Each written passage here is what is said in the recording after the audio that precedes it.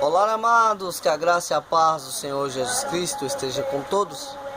Estamos aí estudando a palavra do Senhor Jesus Cristo, ali em 2 Coríntios capítulo 6, estamos meditando.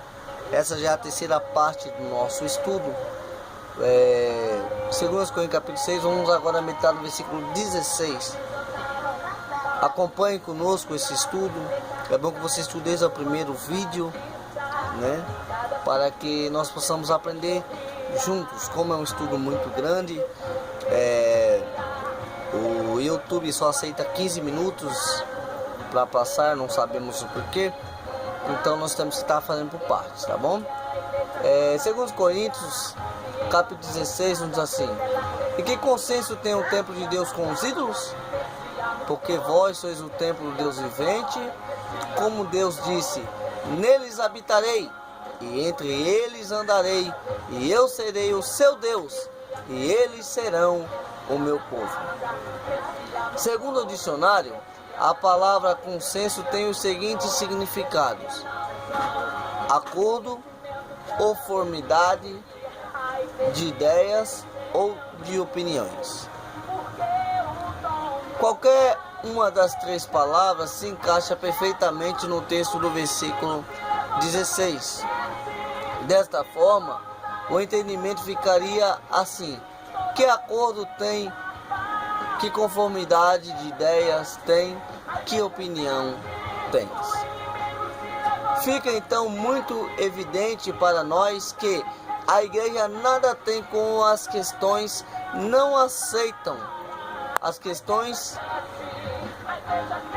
Fica muito evidente para nós que a igreja nada tem com os que não aceitam a palavra de Deus e andam na conformidade dos ídolos, das feitiçarias e do afrouxamento moral dos costumes e valores aprendidos na palavra de Deus. A igreja não pode ter nenhum acordo com aqueles que estão totalmente comprometidos com o sistema do mundo. Com toda a certeza, a igreja não ficará dentro desta grande Babilônia espiritual que é liderada pela grande prostituta, a Igreja Apostólica Romana. A igreja é formada por ovelhas, e esta ouvem a voz do pastor. Ela está ouvindo o grito de alerta: sai dela, povo meu. Aquele que se dizendo igreja e não são, estão todos juntos no mesmo acordo, na mesma conformidade de ideias, nas mesmas opiniões. Estes nunca ouvirão a voz do pastor, não são ovelhas, sendo assim ouvirão a voz do estranho. O cristão nominal religioso nunca irá concordar com a soberania da palavra de Deus. Os seus ouvidos estão propensos a ouvir somente a orientação divina da sua denominação religiosa. Advinda da sua denominação religiosa. Precisamos, contudo, saber que no seio das denominações religiosas existem os escolhidos que fazem parte do corpo de Cristo. Em tempo sairão para fora, darão ouvidos ao grito de alerta do Senhor Jesus.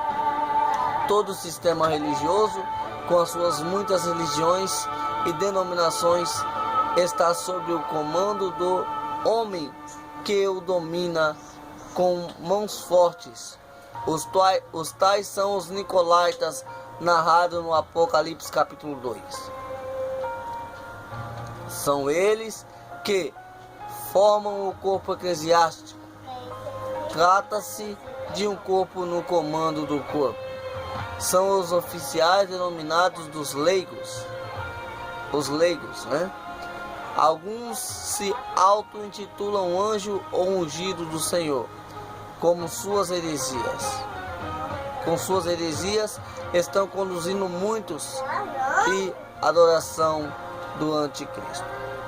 Já no versículo 17 de capítulo 6 de 2 Coríntios nos diz: por isso sai do meio deles, apartai-vos, diz o Senhor, e não toqueis nada imundo, e eu vos receberei. A ordem contida neste versículo é imperiosa. Ela não traz nenhuma margem de dúvidas, de forma que possamos discutir. Não há como fazer para a contornarmos. Ela não pode ser abrandada.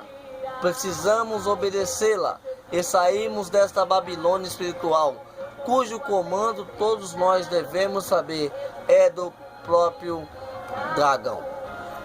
Já no versículo 18, 2 Coríntios capítulo 6, nos diz: e eu serei para vós pai, e vós sereis para mim filhos e filhas, diz o Senhor Todo-Poderoso.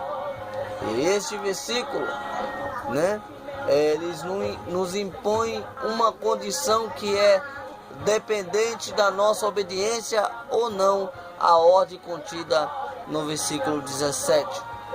Qual é esta condição? Se sermos filhos e filhas, se em obediência à ordem saímos para fora do sistema babilônico. Se obedecemos e saímos, temos a maravilhosa promessa do Senhor Todo-Poderoso, dele ser nosso Pai e nós sermos para ele filhos e filhas. Talvez alguns raciocinem que é possível estar na condição de filhos e filhas permanecendo dentro do sistema babilônico. E é preciso que reconsiderem com urgência tal possibilidade não existente. Para ser recebido é preciso sair para fora da Babilônia. O apelo da palavra está feito e com muita clareza. Então não endureça o seu coração. Busque com muito desejo a orientação do Senhor. E se a obtiver, não resista ao Espírito Santo.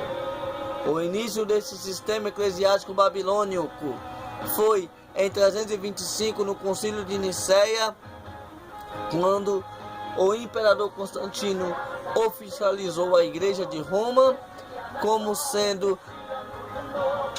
a senda da Igreja Universal e elevou o seu bispo à condição do bispo-chefe, tornando assim o cristianismo como religião do Império Romano.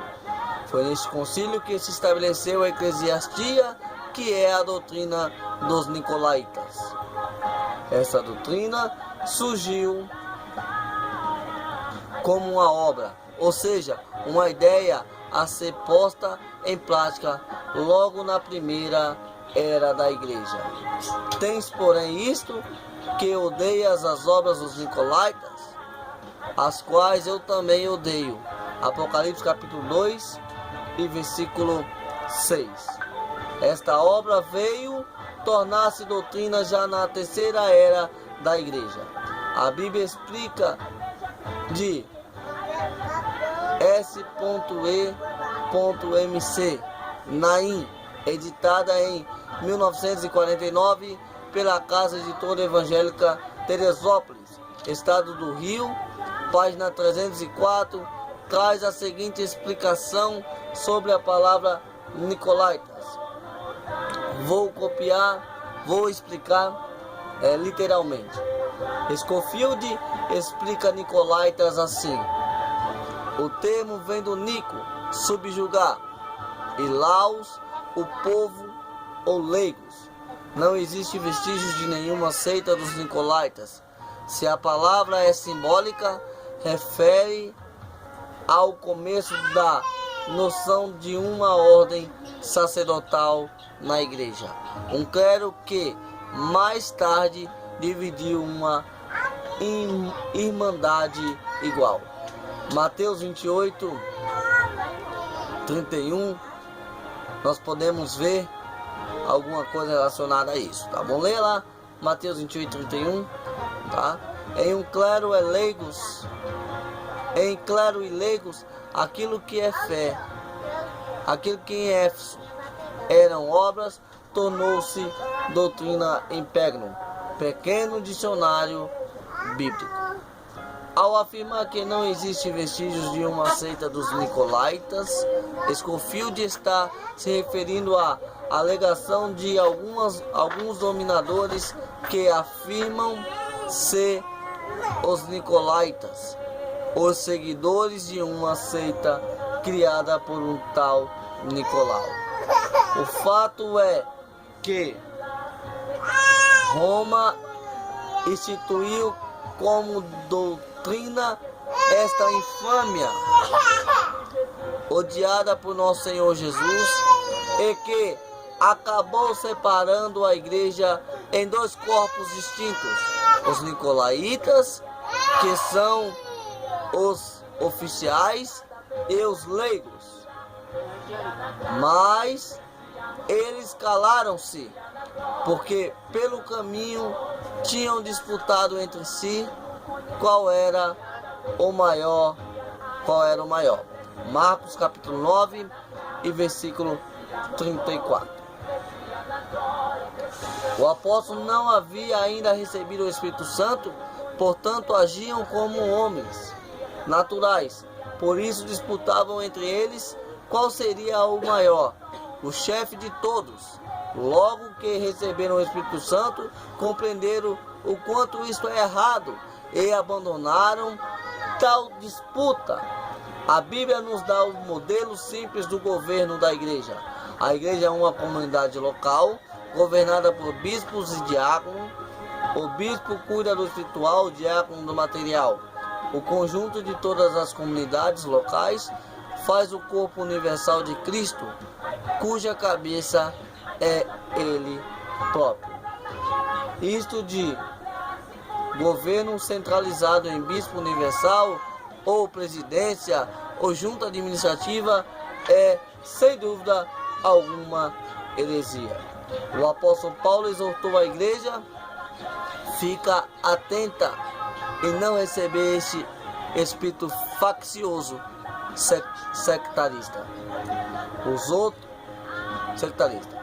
Para que não haja divisão no corpo, mas antes tenham os membros igual, cuidando um com os outros. 1 Coríntios capítulo 12 e versículo 25.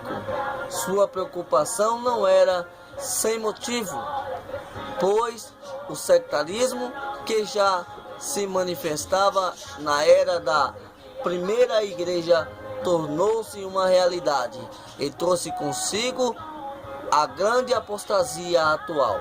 Alguns fatos nos ajudam a compreender a trama diabólica que se desenvolve. Voltaremos com a próxima parte desse estudo, quarta parte desse estudo, em breve. Que Deus abençoe a todos, que a todos a graça e a paz do Senhor Jesus, que o Senhor possa abrir o entendimento de todos para compreender a palavra do Senhor Jesus. Meditem nos textos que estamos falando em nome de Jesus.